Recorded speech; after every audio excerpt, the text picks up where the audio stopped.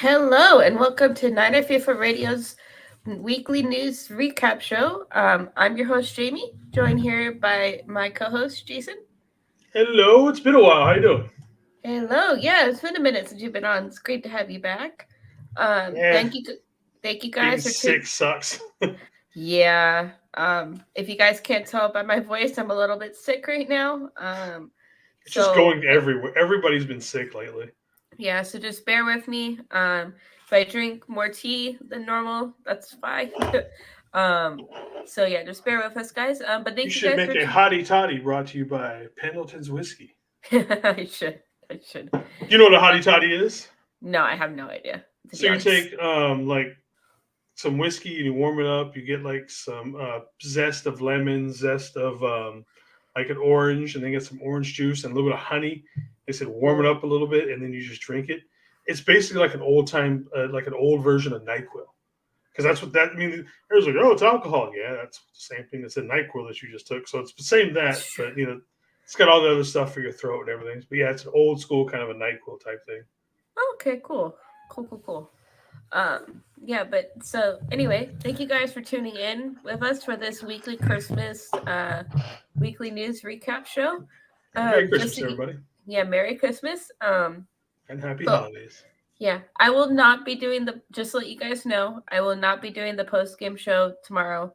I have some family Christmas stuff going on right after work, so I'm not going to be able to hop on or anything really. So either Jason or our main guy T will be doing it, or we'll find somebody to do it. So there will be a post game show, but it will not be me. Just so you guys know. And honestly, you probably don't want to hear my voice tomorrow.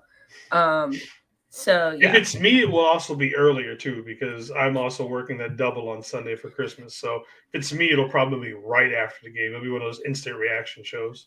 yeah, yeah. So just definitely, this is a good point to definitely turn your notifications on for our YouTube channel and our Twitch channel, Nine FIFA Radio.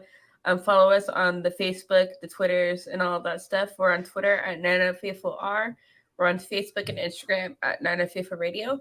So if you follow any of those, you guys will be able to follow us and keep up with all of the shows for tomorrow's game, our game time reaction shows. So definitely tomorrow's a good show of showing why you definitely should have your notifications on for us. um, yeah. So we're gonna preview this week for some news. I have the final injury report, but before we get to that, I do remember hearing. I've seen this on Twitter that Javon Kinlaw is coming back, has opened his practice window, and I believe I saw somewhere where he might play Saturday. Is that correct? He is playing Saturday. The Grant Cone Crusher is back. Mm. I'm so happy to see Javon back. I mean, granted, everybody's been playing pretty well up front, Mm-hmm. but man, it is he's. I was watching some stuff with him at practice, and I had actually forgotten how big Javon Kinlaw. He is just so big, and Yeah. obviously he's going to be on a pitch count. Mm-hmm. Because with his knee and the fluid that builds up and all that kind of stuff. So I don't think we're going to see him more than like maybe 15, 20 plays a game, probably until the end of the season. But I am really happy to have. I like Javon Kinlaw. I know because of injuries and stuff like that, a lot of the fan base has turned sour on him. But you can't deny but that when he is in the game, that defense, like Armstead came back and the defense got went to another level. Now we Mm-hmm. had Kinlaw back, and then we're going to another level. Plus, we're also getting Kalia Davis, which our rookie that hasn't played all year because he got injured Mm. early. So, like I said, we got some reinforcements coming for the D up front in the line. So I am very excited for all that. And that's always great because as good as our D line is, always having good rotation, keeping everybody more fresh and not overrunning everybody too much is always Yep. definitely a positive thing. The Because reason why we keep like everybody has a 19,000 motor. Everybody tackles. runs out eventually, and Yeah. yeah. So yeah. I mean, with Kinlaw, I think it's always going to be. I think this is just going to be a part of his career. Unfortunately, with his knees, with however he continues, just gonna have to keep an eye on it. It's very unfortunate because he is a big dude and he does have that physical ability and all of that fun stuff. And when he does play, he is very good for the most part. So it is a bummer with his injuries, but it is good to see him back just in time for the playoffs coming up pretty soon. So yeah, there's that. Also, the Niners are the NFC West champions of this year. Clinched it with the win over Seattle on Thursday last week. I believe I mentioned that in my post game. I probably did, but thought give that a little shout out because that is kind of a big deal. So we are definitely in the playoffs. We did clinch a spot, I believe.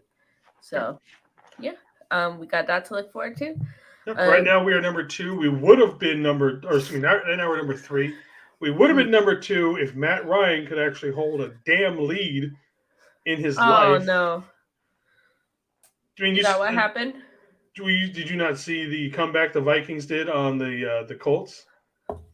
You tell me that the Vikings came back because I looked at that. I saw a glimpse of that score, and the Colts had that pretty handedly. So on Saturday, I went and watched the new Avatar movie. When I walked or when the preview started, I pulled off my phone. I was a nice person. I put it on side. I turned it off. I looked at me. I was like, okay, before this start, let me look at the scores real quick. I was like, oh, the Colts are winning 33-0. Fuck yeah, we got that number. We got that number 2 seed sealed up. 33-0 at halftime. It was 33-0 at halftime. So I'm like, okay, whatever. Turn my phone off. I'm like, okay, I'll come out and I'll start. I was like, I already had it in my head. I'll start posting stuff about getting, the number 2 seed and all this. And then I turned my phone on. There was 19 million notifications. I was like, what in the blue hell did I miss? So now Matt Ryan has been the quarterback on the team that has lost the biggest lead in NFL history overall. And he is the quarterback for the biggest lead lost in a Super Bowl. I mean, that's Matt Ryan for you, ladies and gentlemen. That's rough, man. Yeah. What wow. Did Kirk Cousins just go on a tear or something? Like the offense? The Colts are that bad. That's all. I'm just saying, like the Vikings aren't great, but the Colts are just that bad. Like it was the fact that they were scoring at will when I was watching before I went to the movie. I was just like, oh, where the hell has this Colts team been all year? But for real. I mean, we can still get the number 2 seed. Technically, we can still get the number 1 seed, but that means that the Eagles just have to fall completely apart. But I mean, hey, probably not happening. But Jalen Hurts is out. Gardner Minshew is in, at least this weekend. But I love Gardner Minshew. I think everybody should love Gardner Minshew. But so we'll see. Yeah, we'll have to see. Keep an eye on that. I haven't seen much of Philly, to be honest. My dad, who's on the East Coast, sees a little bit more of them. So they're the one team I'm a little bit worried about, not going to lie, to be honest. But I haven't seen that much, so I really can't make like a full-on statement. But they're the one that I'd have to do more research on, but they do give me a little bit of pause because Jalen Hurts can run and he can throw and all of that stuff. So. He's in the MVP consideration right now, so. Yeah. Alrighty. Well, let's get on to our quick injury update. So I'm going to read this real quick. A new name popped up on the San Francisco 49ers. This is from 49ers.com, guys. A new name popped up on the 49ers injury report on Thursday afternoon, bringing the team's total number of questionable players for Saturday up to 5. Rookie running back Jordan Mason is dealing with a hamstring issue suffered during Wednesday's practice and did not close out the workout. He said it was just feeling too tight, so he took him out of practice, said head coach Kyle Shanahan said. We were smart with him again today, Thursday. Cornerback Javarius Ward was also listed as questionable heading into Sunday as he Saturday. Continues to make his way through the concussion protocol. He was wearing a blue non-contact jersey during the portion of practice open to the media on Thursday and was a limited participant in practice all week. Per Shanahan, he's in the last steps of the protocol and the team should have more clarity on his status come Friday. This was all reported on Thursday, guys, yesterday. Additionally, cornerback Ambry Thomas, ankle, defensive lineman Kerry Hyder Jr., ankle, and defensive back Javarius Moore, illness/knee. were all designated as questionable for the team's matchup versus the Washington Commanders. Quarterback Brock Purdy, oblique and rib, who was limited for the 49ers' last three practices, did not receive an injury designation on Thursday, clearing him for game action.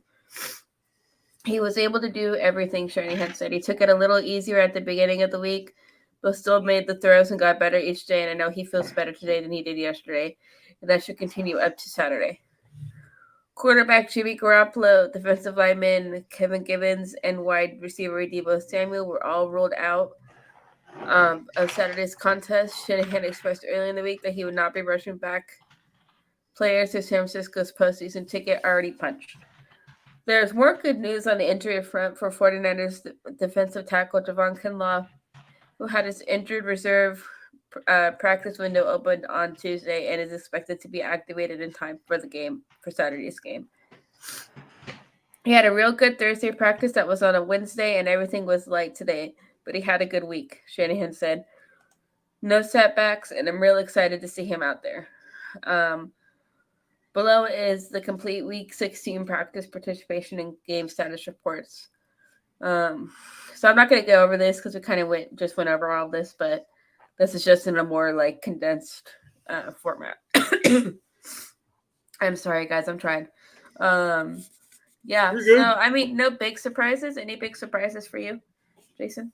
A little bit on the Jordan Mason one, only because with him hurt, obviously, hey, what's up, Damien? Good to see you, brother. Thank you for showing up. I'm kind of curious as to what's going to go on with the running back rotation because, the idea was that now that we have at least the NFC West sewed up, maybe we would taper back on CMC a little bit and give Mason some more of those carries. Definitely want to save Christian for the postseason. So now with with Jordan Mason now being injured, maybe we finally get to see something out of TDP, which is kind of what I'm thinking. You know what I mean? It's like, okay, he was our third round. It's very rare that you would see a third round draft pick going into this deep into the season and has had more or less nothing to do all season long. Yeah. So I'm kind of curious to see what happens as far as will we maybe TDP takes that end game role that Mason had from the last few weeks and takes over that. So that's my big thing is that with Jordan Mason gone, everything else like with Ward's probably going to play. He had almost 10 days to go between games for the concussions. So mine is having like a really, really bad concussion. And so far I haven't heard it's been, a grade 2 or 3 concussion. Yeah. I foresee him playing. One big thing I don't think it's on the report is that Mike Lynchy's been playing with broken ribs for like 6 weeks. Really? And he finally he's been playing some decent football. Granted, he does give up some stuff in pass protection, but as far as his run blocking is still top 10 in the league. But yeah, Mike McGlinchey has had 2 broken ribs for like 6 to 8 weeks that he's been playing through. Wow. Other than that, so with Javon Kinlaw coming back, that's our 7th slot taken up with our IR because we have 1 left, which is more likely going to be Elijah Mitchell. Right. And so yeah. Alrighty. For Washington, did not practice. I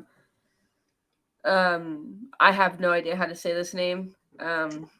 Sadiq Charles, concussion, safety. Cameron Curl, ankle, limited participation in practice. Cornerback Benjamin Justine, ankle, and defensive end Chase Young, knee. Full participation in practice. Running back Antonio Gibson, guard Andrew Norwell, and running back Brian Robertson. I'll answer Jaymie real quick. Kalia Davis is active right now and can play on Saturday. I'm excited to see him. As far as the Commanders practice squad, the full participation is good for them with Antonio Gibson and Brian Robertson. That is their 1-2 punch at running back. And it's not too bad of a running back committee that they've got going there. The big one will be Chase Young. He's finally coming back after the knee injury that he had last season. he's basically he is their Nick Bosa. He is a damn good defensive end.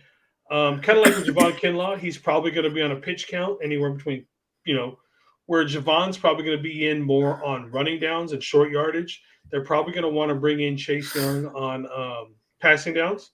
And I wouldn't be surprised if he lines up mainly up against McGlinchey, unless he's feeling really good and they want to put him up against Trent. But why would you put your best defensive player coming off an injury in his first game up against Trent? Yeah. So if they were smart, they'd put him up against McGlinchey. But so like I said, it's good. I mean, I like seeing good players come back from injury, and Chase Young is a very good defensive end.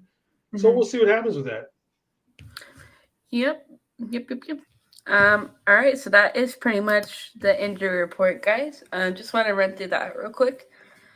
Jason, do you have any facts or any betting, anything like that at all? The actual breakdown, or just the betting and fantasy stuff that I have? Whatever you got, you can start going and all that stuff. All right, so this game has gone up and down a little bit when it comes to betting. The line had reached upwards of 8. I think it was on Tuesday afternoon, Wednesday morning. But right now, the line is the Niners favored by 6.5. The over/under is 37.5, which I'm going to take the under on that one. And then one of the side bets is that I put money in on is Chase Young getting a sack, and I put yes, just because I could see him. Yeah, I could see him getting in. Like I said, passing down over McGlinchey, because we know McGlinchey has some issues in the pass protection kind of a thing. Which is another thing. I see George Kittle not having as big of a game as he did against Seattle, because we're going to need him. The Commanders actually have a really good defense. It's just their offense is terrible. So I see Kittle being, held back in as an actual blocking tight end more than he has been, than he was against the Seahawks. So yeah, I definitely put money on Chase Young getting at least one sack.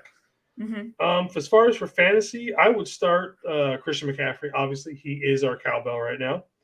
And Brandon Ayuk is due for a big game coming out for a big game without Debo. He didn't have the best game necessarily, or he didn't have a big game stats wise against Seattle. So I could definitely, like I said, he's due to have that big 152 touchdown game, at some point. Maybe not necessarily this week, but I could see him having it this week. Yeah. So I would start those two if you have a 49er. Like I just said with Kittle, I've benched Kittle because I don't foresee him getting a whole lot of fantasy points, just because with their defensive front, I can see them, keeping him in for max protection for Brock. Yeah.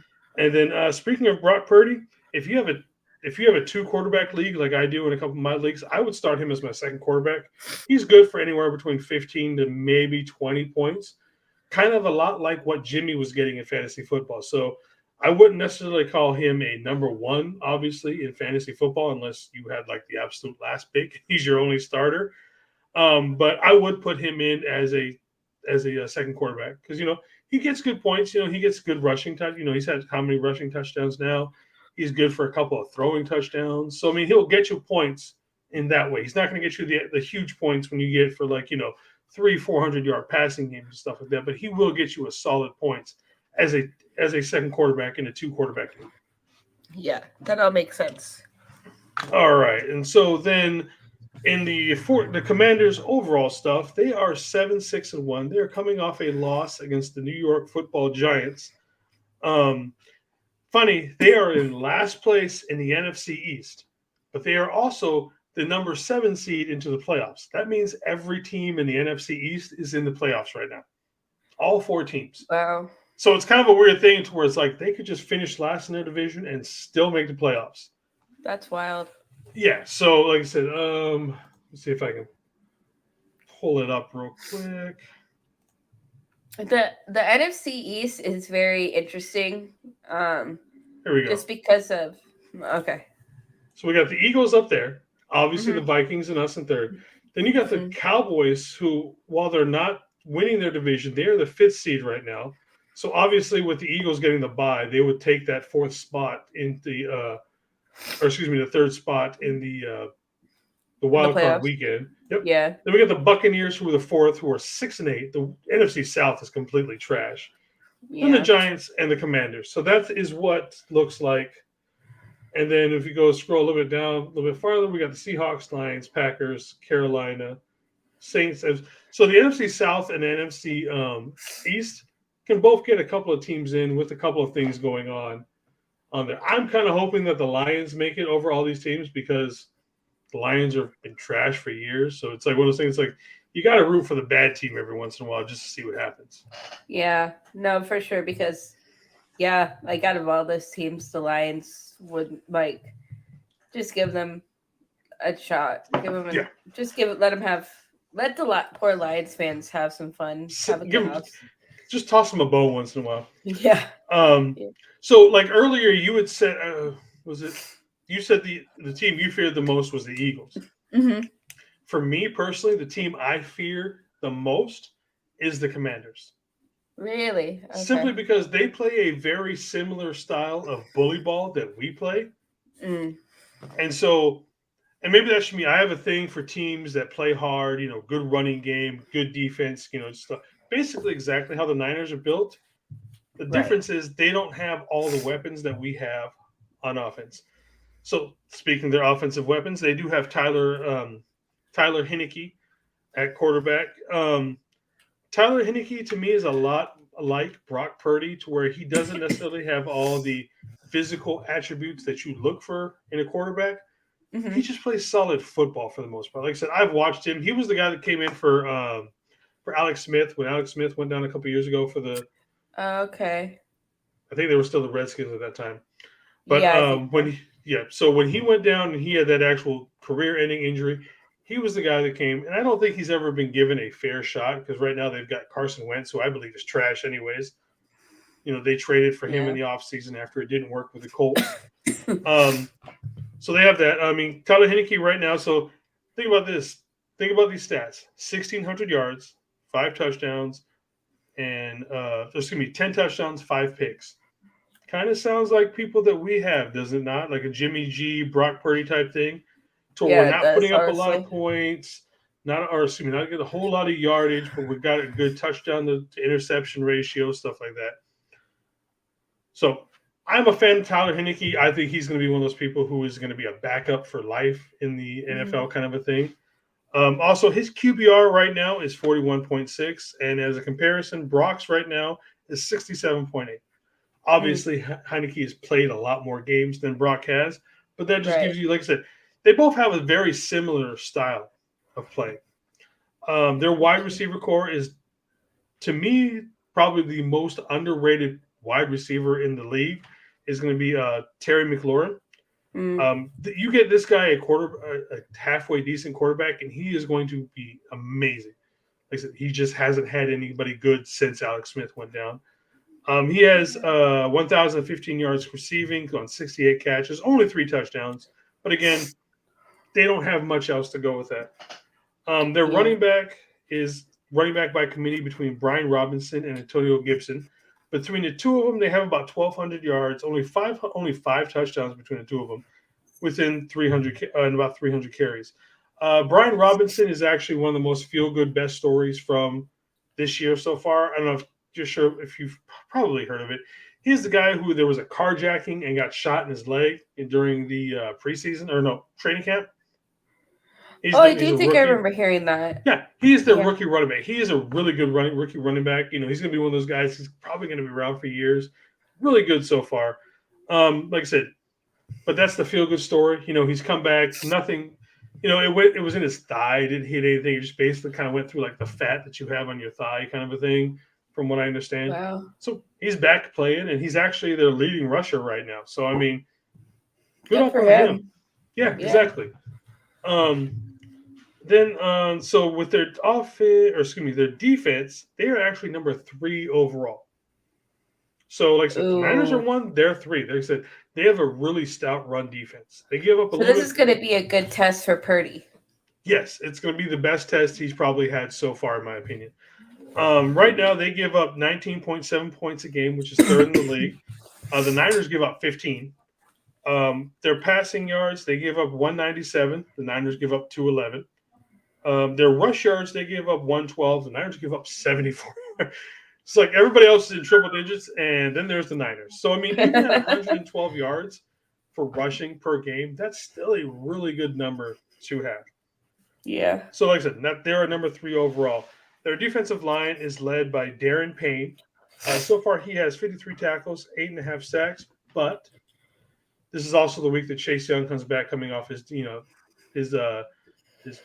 injury from last year. So, like I said, pitch count for him, 15, 20 plays during the passing. That's pretty much it. Their linebackers are led by Jamin Davis. I love his name. His first name is Jamin because he's always jamming. He's got 87 tackles and 3 sacks. The defensive backfield is led by Derek Forrest. He's got 47, or I can't remember my own handwriting, 72 tackles, 2 forced fumbles, and 7 passes deflected. So, like I said, They have a very stout defense. And like you just said, this is going to be Brock Purdy's best test for the season so far. But with our offensive weapons, we still should be able to move the ball on this defense. Yeah, that's honestly that's what I'm most interested in is I want Purdy to face a good defense before he gets into the playoffs, because while he's played so well these last few weeks since he's been the starter, I'm kind of waiting for that come back down to earth a little bit moment, and I don't want that to happen in the playoffs or anything like that. I want it next week. Huh? I want it next week because right now we're on a 7-game winning streak. For us, if we were to win out to the Super Bowl, that's 14 weeks of winning. That's just anything. That is insane. Yeah. So, if we have our quote-unquote coming to Jesus moment, I want it to be in, and I know people will disagree with me just because of it's the Raiders, but I want it to be against the Raiders because obviously they're AFC and it doesn't count as far as seeding. So it's just like, let's win this one and then take care of the game against the Cardinals. If there's a game I want to quote unquote lose, it's got to be the Raiders game, and that hurts me to say because fuck the Raiders, but at the same time they are AFC, so that makes sense because it's not going to hurt us as bad seating wise and all of that stuff. Yeah, so it's like, do we really want to lose? Because I saw a tweet somewhere on Twitter where everybody's like kind of like excited for Purdy, but kind of waiting for that come back down to earth moment. Yeah, because he's been playing so well. I want to see what that's just us not trusting anything and like just being so like I don't know. Yeah, it's just you want to see what okay, so we're down 2 touchdowns going into the 4th. What does he do then? That's the kind of stuff. It's not that we don't have faith in him kind of a thing. It's just I want to see how he plays when he's put in that sort of a situation because for the most part, he hasn't been asked to do a whole lot. Mm-mm. Just like Brother Damien is saying, with a balanced attack, Brock would be okay. That's exactly it. With the way this offense is designed to run, it's almost plug and play at quarterback to an extent because you're not asking them to throw for the Patrick Mahomes, Josh Allen kind of thing where you throw for 350 yards, 4 touchdowns, blah, blah, blah. All we're asking you to do, don't fuck up. He just has to facilitate the game. He just has, that's all he has to do. He just has to get the right plays and make the right reads. That's all he really has to do. Yeah. And that's easier said than done. But like what you're saying, he doesn't have to be Patrick Mahomes or Josh Allen or all of those guys. He doesn't have to throw for over 300 yards and has to throw for 4 touchdowns. So if he is that guy, that's even better because that means that we have that element with him. I don't think he has that element yet. I don't know because we haven't honestly seen a lot of him in the NFL yet. I am excited to see him against a really high-ranked defense just to see how he plays. And I think it'll be good for him regardless of if we win or lose this game. Like, the tape is going to be good for him because he's going to learn a lot. And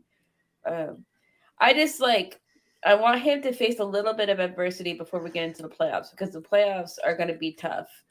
And it's a different ball game with the playoffs. It's different. So I just want him to, because he's gonna have to start some of those games. I think. Probably going to start all of them games. Yeah, honestly, like even if Jimmy's better by whenever the game he was supposed to be better, I don't, I don't know. Well, Jimmy wouldn't even be back. I mean, I know they say NFC Championship, but honestly, it would be Super Bowl. Yeah. And at that point, why would you sub him in for Brock? You know, No. if he's rolling that well by then to where we're Just in the have Super Bowl. Jimmy next to Brock because Jimmy has been there, so Jimmy can help him. Oh yeah. You know? Mhm. Like just with that experience, like and stuff like that. But it's gonna be interesting. I just want him to face those kind of things before he gets into the playoffs because he's gonna probably face some of those things in the playoffs more than likely. In the first game where he came in for Jimmy against the Dolphins, they blitzed him, I think, on like 90% of the plays, which I expect Washington to blitz him quite often. Maybe not as much as the Dolphins did because obviously that was his first game in and stuff like that. But I expect probably 70-ish. Yeah, I expect 70, 75%. Like I said, the Dolphins just went all out, which is what you would do to a quarterback coming into his first ever NFL game. So that makes sense. To a rookie quarterback. Exactly. So that makes sense. But so, I mean, him under pressure, again, those 48 starts or whatever it was that he had at Iowa State, he's not going to crack. Like, yeah, he may make mistakes or stuff like that kind of a thing, but, excuse me, it's not going to get to him to the point where he's like, what am I doing? I don't know. He's going to make mistakes. And that's what I want to see him make a mistake and come back, which he kind of has with throwing interceptions. And he's had a couple of balls that should have been intercepted that were dropped. So I think the one in Seattle, he threw the interception to Diggs, and Diggs dropped it. You know, if Diggs had halfway decent hands, he would have. That was probably a pick six, honestly. And then the very next play, he throws a touchdown to Kittle. So we've seen him go from that point to where, oh shit, I made a terrible mistake. Where sometimes the quarterback, they can't overcome that mentally, and he's come back and played well. So we've got that, he's made that. But like I said, I kind of want to I just want to see what it's like when, the defense is having an off day. Like the defense carries his team. Mm-hmm. What happens when the defense just has an off day and he needs to carry the team, and the offense in general needs to have, will Brandon Ayuk start getting a bunch of catches? We're going to start getting to George Kittle. Without Debo, obviously that puts a lot more on Jennings and Ray, even Danny Gray kind of a thing. So it's like I said, I just want to see what happens when it has to spread out, when he doesn't have that lead and that dominant defense to bail him out constantly. Yeah. No, that's me too, 100%. That's,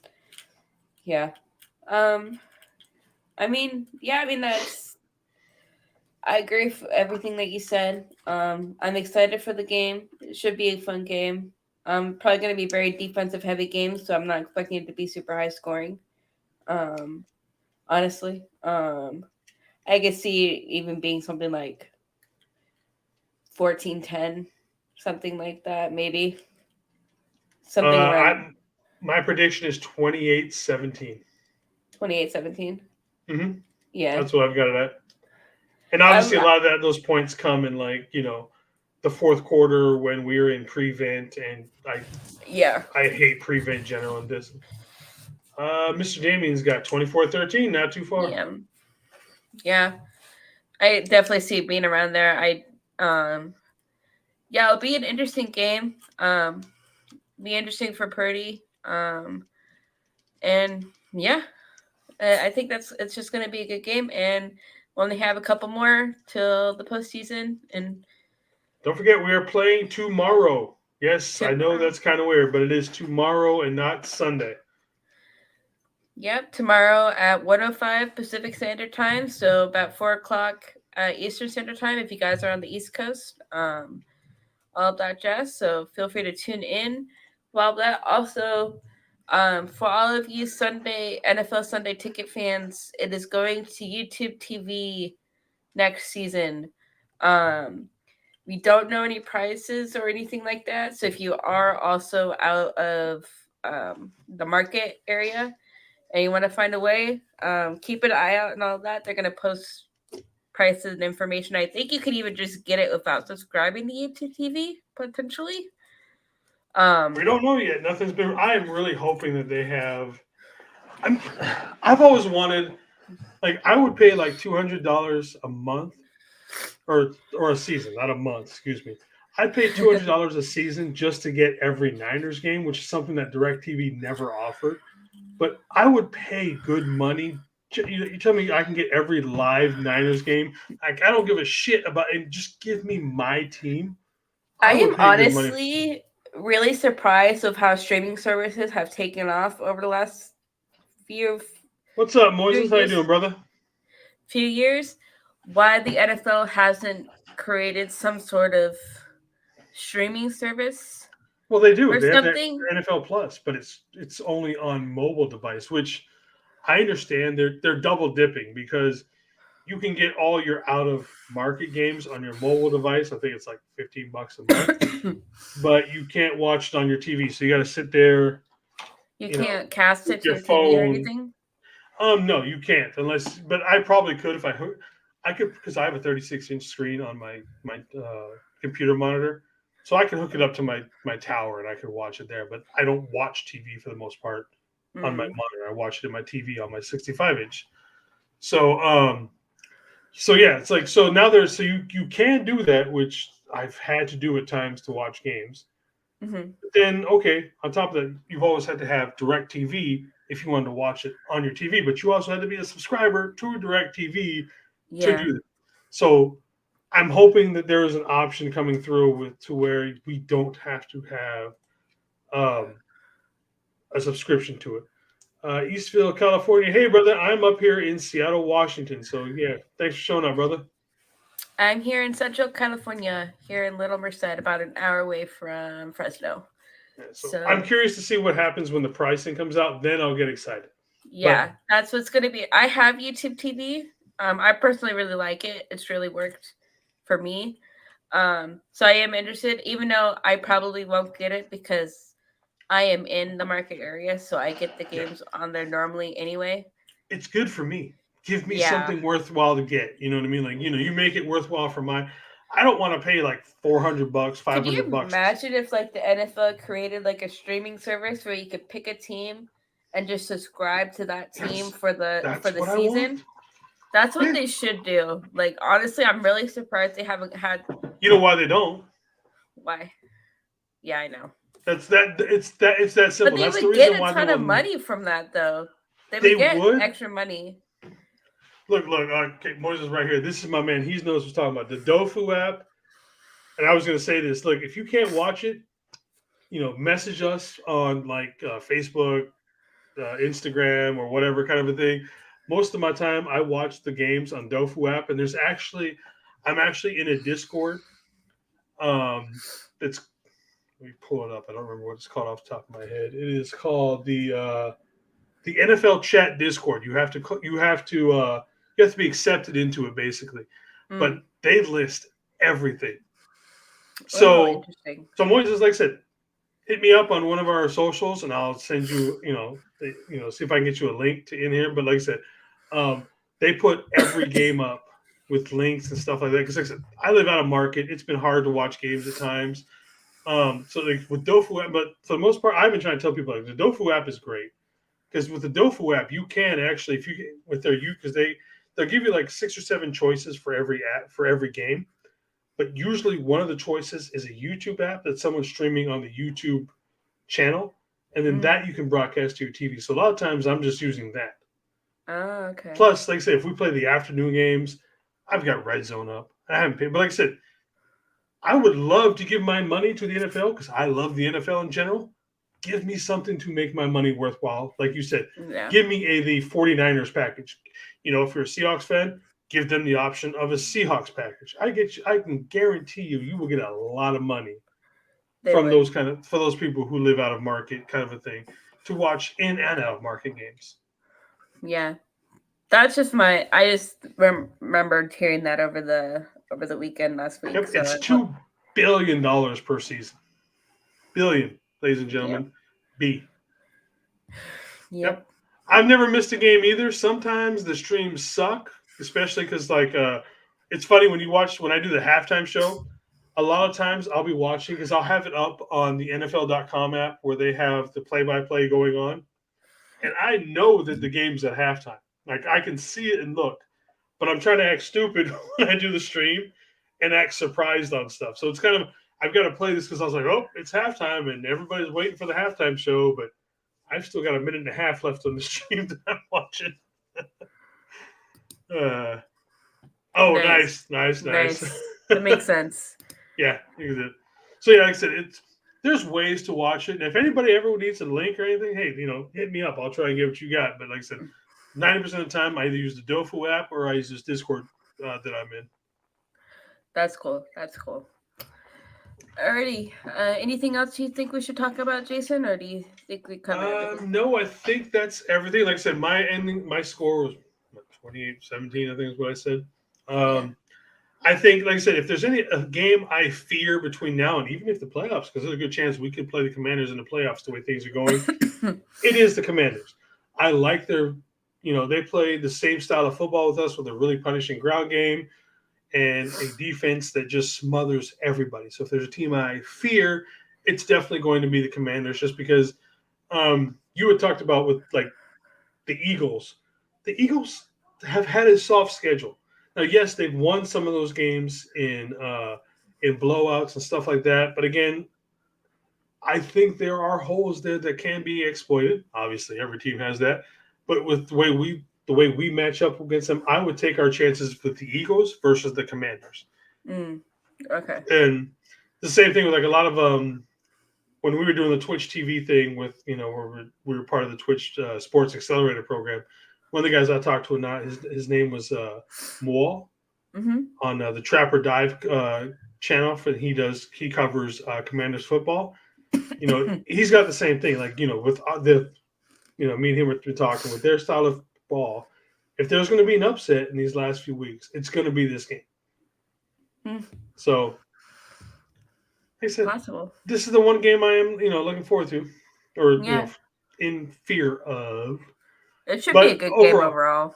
Yeah, we should win for sure. But you never know. Like the movie, it's any given Sunday. Or any given Saturday.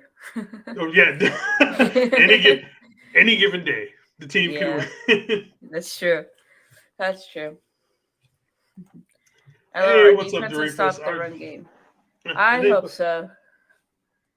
Like I said, I wouldn't mind. Like I said, I like the story of Brian Robinson and everything, with the whole getting shot and coming back this season, blah, blah, blah. So I want to win, but I wouldn't mind seeing him have a good game just because that story is amazing that the kid got shot in the preseason and is playing ball and is playing good ball right now. So, I mean, yeah. Let's see what's most. See, I play the Dave Canal Super Common 40. No, but I will definitely check that out. I'll have to see what that. Sounds super cool.